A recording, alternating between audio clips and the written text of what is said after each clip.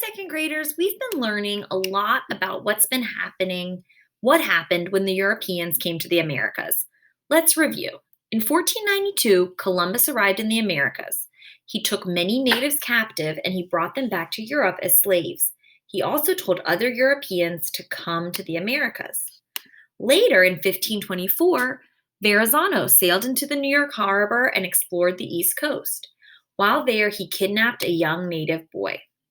In 1609, Henry Hudson and his crew explored the Hudson River on their ship, the Half Moon.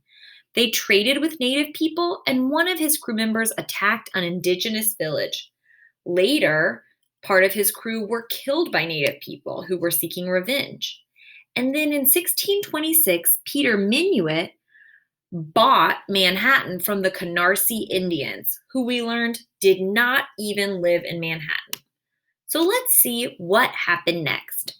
More Dutch people came to where we live now. They set up a colony called New Amsterdam. Where were the Lenape? At the time of the Dutch arrival, around 15,000 Lenape lived in the area. After the Dutch came to Manhattan, many Lenape were forced out into Pennsylvania and Delaware. Those who remained were killed by smallpox, which was a serious virus brought from Europe. So teachers, you can pause the video so that kids have a chance to turn and talk. Why do you think the Dutch thought it was okay to take the Lenape's land? What was life like in New Amsterdam? Dutch people came to New Amsterdam for many reasons. Some of them wanted to own land or become rich trading animal furs. Some of them came as servants. Some of them came because they couldn't practice their religion in Europe. Who built the houses and buildings in New Amsterdam?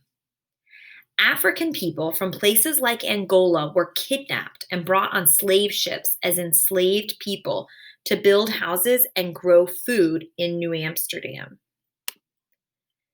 These people were separated from their families and placed in chains.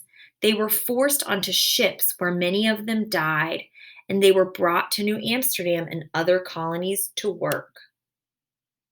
Take a second to pause. What are you thinking? What are you wondering? The Dutch East India Company owned all the enslaved people in New Amsterdam.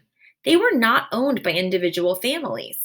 These families worked as farmers, bakers, shipbuilders, shopkeepers, and some of the white people, were also enslaved.